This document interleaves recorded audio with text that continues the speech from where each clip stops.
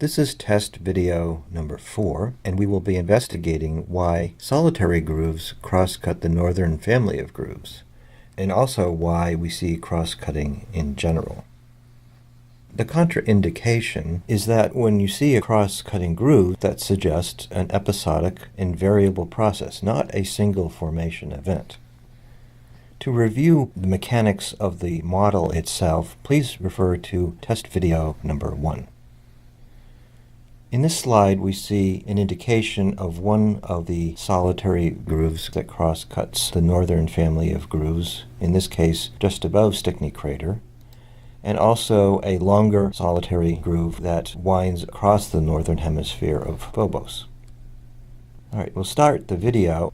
One boulder passes underneath the southern hemisphere of Phobos and emerges to the east of Stickney Crater, engages the surface, and then you can see that it is bouncing and sliding and rolling just north of Stickney Crater. And this corresponds to the groove that we see just north of Stickney Crater. And a schematic view showing the entire path.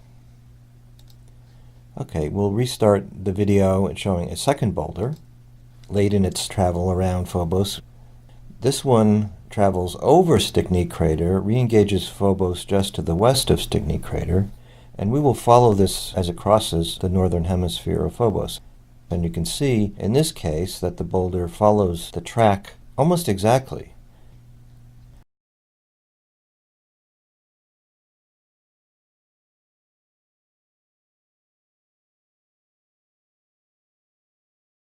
So now we see a view from Mars Express, once again showing the path of the groove, and a schematic view showing the entire transit of this second boulder.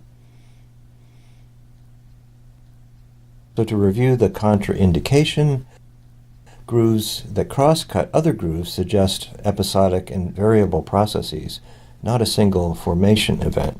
However, when we observe our model, we see that boulders can travel more than 180 degrees around Phobos to cross-cut tracks that were produced minutes to hours earlier, and a single event can produce cross-cutting grooves. In this case, boulders that traveled more than 360 degrees around Phobos cross-cut an entire family of grooves.